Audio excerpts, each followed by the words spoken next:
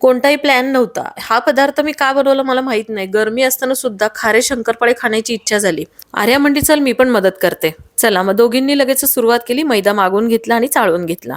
चवीनुसार मीठ, थोडंसं हिंग, चाट मसाला, भाजलेल्या जिऱ्याची पूड, काळी मिरी जी असते त्याची पावडर घातली आहे, लाल तिखट थोडंसं, कलोंजी वापरले 2-3 चमचे, ओवा घातल्या हातावरती चोळून आणि कसुरी मेथी घातली आहे. सगळं एकत्र करून यावरती 3 चमचे कडकडीत गरम तेल घातले. हाताने एकत्र करून मस्त थोड्या पाण्याचा वापर करून घट्टसर गोळा मळून घेतलाय. अशा जर कधी शंकरपाळ्या बनवल्या नसतील तर नक्की बनवून बघा. थोड्याशा बनवा, काही हरकत नाही. इतकी काय अजून गरमी आलेली नाहीये. तर मस्त लागतात आणि अतिशय कुरकुरीत बनल्या होत्या. गोळा 10 मिनिटासाठी असाच मुरू दिला. थोडी बारीक सारीक कामं करून घेतली. अर्धा किलो मैद्याच्या 4 पोळ्या झाल्या. एकदम पातळ पोळ्या लाटून घेतल्या. टोचे मारून घेतले चमच्याने, म्हणजे मग ह्या ज्या शंकरपाळ्या आहेत त्या कुरकुरीत बनतील. आणि तुम्हाला हवा तो आकार देऊन मस्त शंकरपाळी कट करून घ्यायची.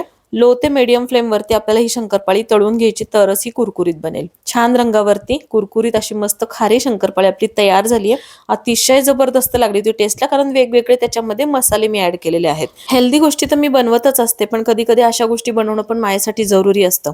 कारण मुलं घरामध्ये असली की असं काहीतरी खायला त्यांना आवडतं. कधी कधी मुलांच्या हिशोबाने पण चालायला लागतं, तर मुलं पण आपलं ऐकतात. तर ह्या ज्या शंकरपाळ्या आहेत त्या थोड्या थंड झाल्यानंतर हवाबंद डब्यामध्ये स्टोअर केल्या. अतिशय छान कुरकुरीतच राहतात या.